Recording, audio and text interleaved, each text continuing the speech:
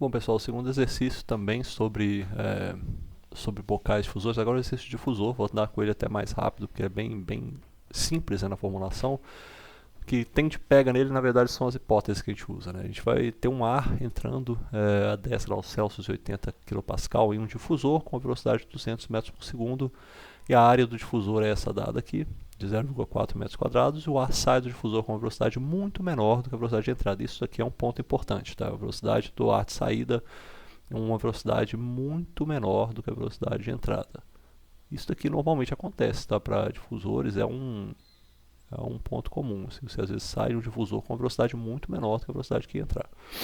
Mas, e aí você quer saber o que? Você quer saber a vazão máxima de ar e a temperatura de saída do ar na saída do difusor. Olha, aqui tem algumas questões que são meio que vão exigir um pouco do seu julgamento, e até na lista vão ter questões que vão exigir seu julgamento da mesma forma. Estou falando que é um ar a 10 graus Celsius e 80 kPa. Vale novamente o que eu falei, você tem duas propriedades, o estado da entrada está definido. Mas tem algumas questões, né? Porque eu precisaria de definir isso através de uma equação, um modelo, uma tabela. Qual que é o modelo que eu vou usar para o ar nesse caso? Qual que é a tabela que eu vou usar para o ar nesse caso? Olha, vamos pensar nas propriedades que foram dadas, sabe? Aqui em cima, lá no caso do vapor superaquecido, eu nem olhei isso, né? Porque a gente olhou, eu nem falei sobre isso, porque foi dadas as propriedades de vapor superaquecido. Falou que era um vapor superaquecido. Caso se eu não tivesse falado que era um vapor superaquecido naquele caso, lá no primeiro exemplo, teria uma certa divergência. Você teria que olhar na tabela e ver, olha, vou ter que definir o estado dele primeiro para ver o que ele é. Será que tem um valor de tabela que me fala que ele é um vapor superaquecido, ele é um líquido? Aí nos valores da tabela lá, que eram acho 400 graus Celsius e 40 bar, você ia achar que é um vapor superaquecido. Então, não tem jeito, para aquela pressão, para aquela temperatura, ele tem que ser um vapor superaquecido. Nesse caso aqui, a temperatura é baixa e a pressão também é baixa. Essa pressão é menor do que a pressão atmosférica. A gente está falando de uma pressão aqui que é menor, a pressão atmosférica é mais ou menos 100 kPa, então ela está abaixo da pressão atmosférica. E a temperatura ela é baixa, só que a gente pode olhar o seguinte, né? A gente até escreveu ela aqui em Kelvin em bar, a gente pode olhar um outro lado da visão dessa pressão e temperatura.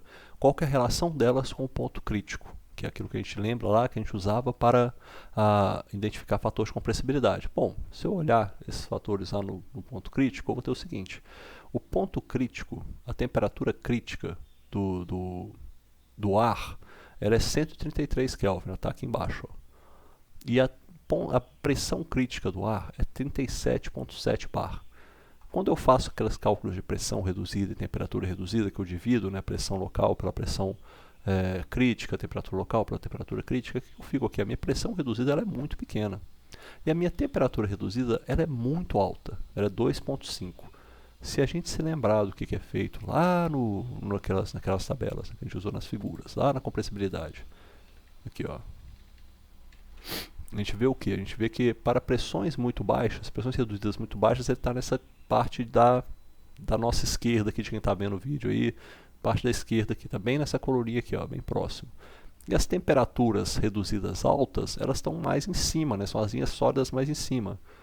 Ou seja, perto desse valor que a gente falou lá de pressão e temperatura reduzida, você vê que está todo mundo acumulando aqui no 1.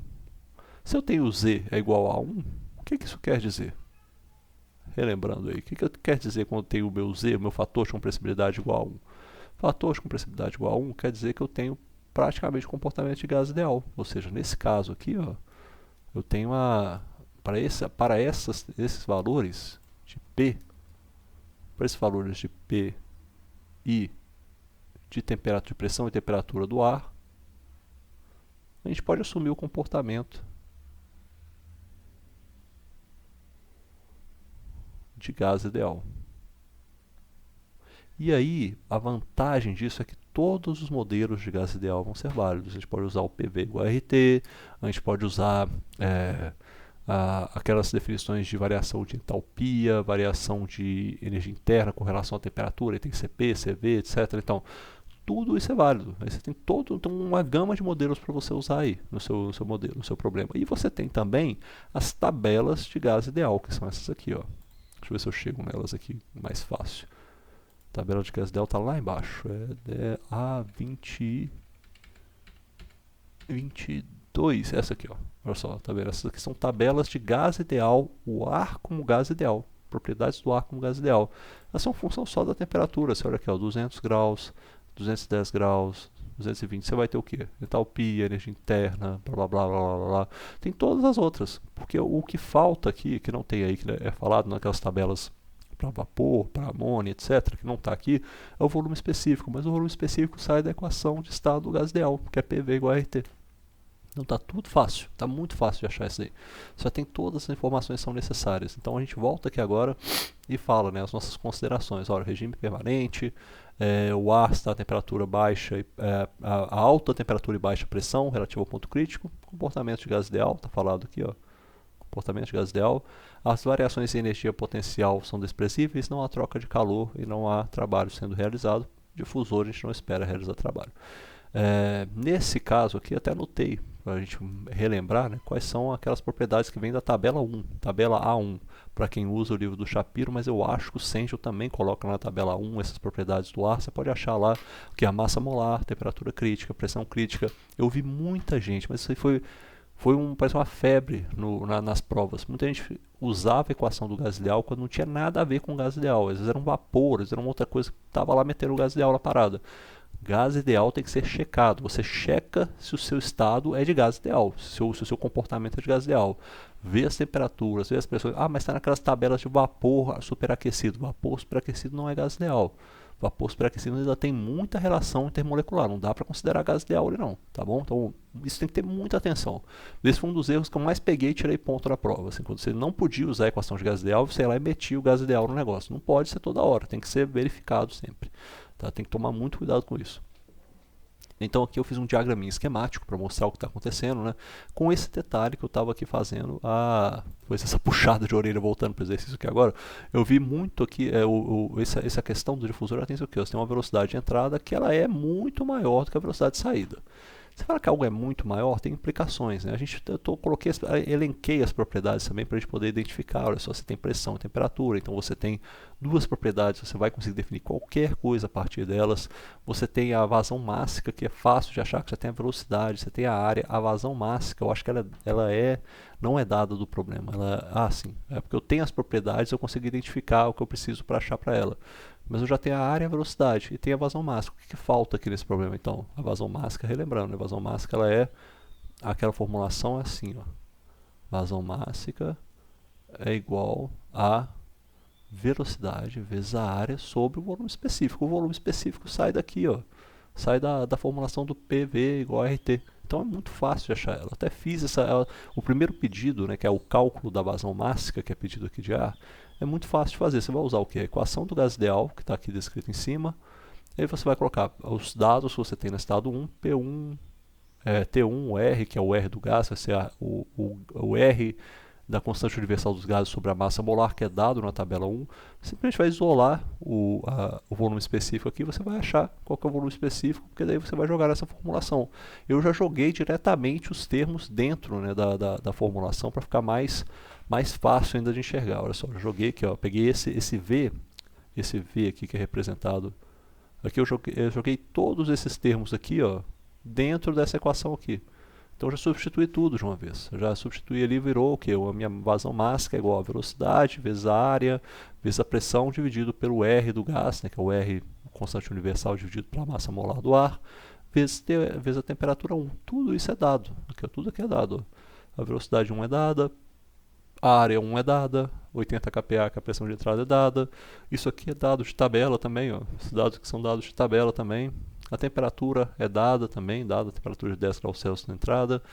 Faço a análise de unidades para ver se não tem nada de muito errado. O que sobra para mim é isso daqui, ó. A minha massa, vazão mássica de ar, ela é igual a isso aqui, 78,80 kg por segundo. Depois vocês podem verificar, porque essa conta eu fiz ontem rapidão na sala, talvez esteja faltando alguma coisa aí de alguma, sei lá, alguma coisa que tem digitado errado, mas deveria estar alguma coisa nessa faixa aí. Você seguindo o modelo, seguindo os dados aqui, deveria dar a sua massa específica do ar. E agora eu vou usar a equação da energia. Por que eu preciso da equação da energia?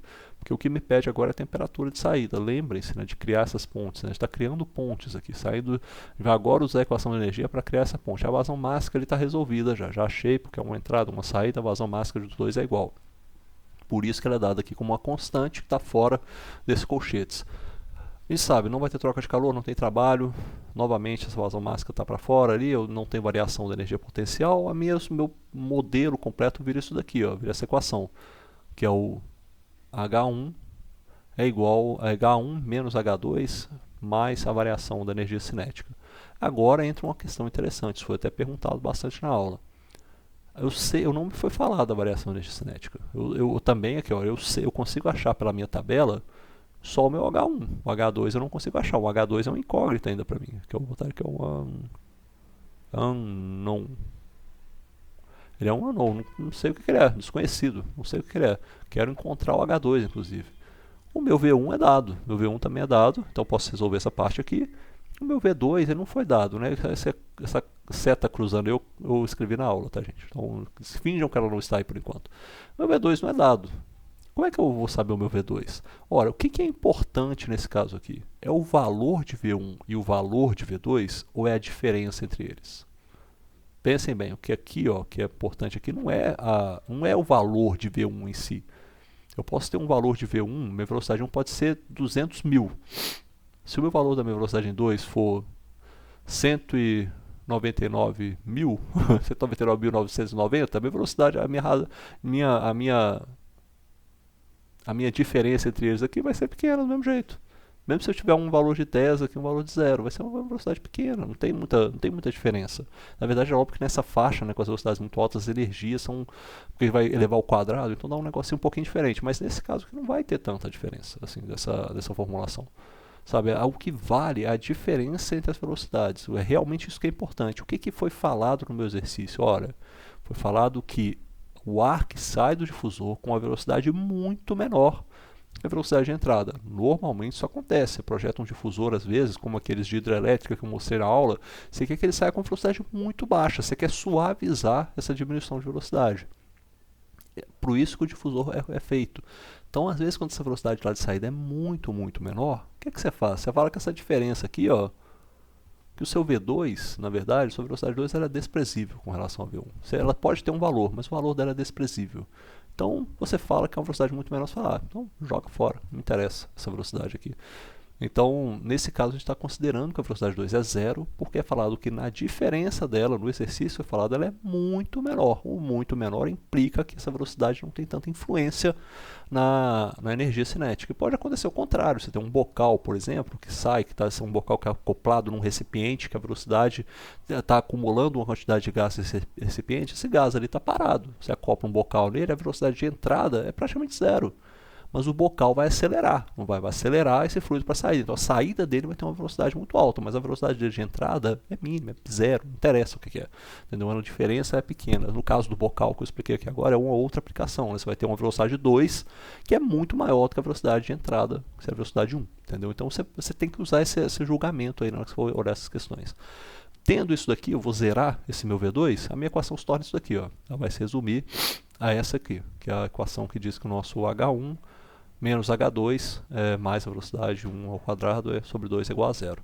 Eu vou isolar para obter o meu H2, o meu H1, eu vou tirar ele da tabela, que estou aqui minha tabelinha do lado, eu dei uma copiada dela lá do livro. Ou seja, o meu H2 está na temperatura de 283. Ele acaba sendo aqui, sabe, tá vendo que os valores são meio parecidos, né, de temperatura e entalpia. Isso tem um sentido, né, porque a gente sabe pelo gás ideal, para gases ideais, né, para gás ideal, você tem que a variação de entalpia, o CP, ele é dependente só da temperatura.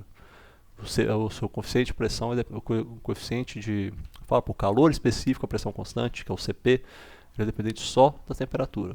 E acaba que, nesse caso, nessa temperatura que a gente está trabalhando, vocês podem ver isso nas tabelas que tem de CP no livro também, esse valor de CP aqui é quase 1, ele é muito pequeno. Então, quando a variação de entalpia, ela segue a variação de temperatura, não muda muito. Então, assim, você tem uma variação aqui de 280 para 285, a variação de entalpia é o que? 280 até 285. Então, a minha temperatura aqui, ó, que eu quero, que é 283, ela é praticamente fazendo o cálculo de interpolação, ou na cabeça mesmo, está valendo, não precisa ser preciso demais nesse caso aqui do exercício.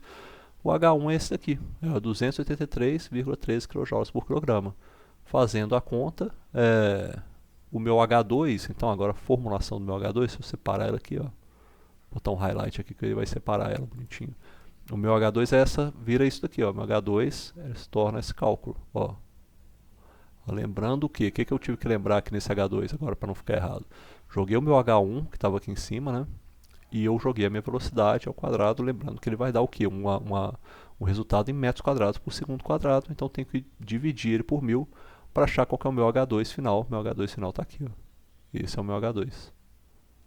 E eu olhando na tabela, esse H2, eu olho por esse lado de cá, ó, o meu H2 aqui agora eu olho na tabela dos Hs, 303.13, ele está mais ou menos na região onde a minha temperatura é igual a 303 Kelvin, ou seja, eu achei minha temperatura de saída do difusor. Beleza? Acabou esse exercício aí, eu vou fechar e vou começar a gravar o próximo.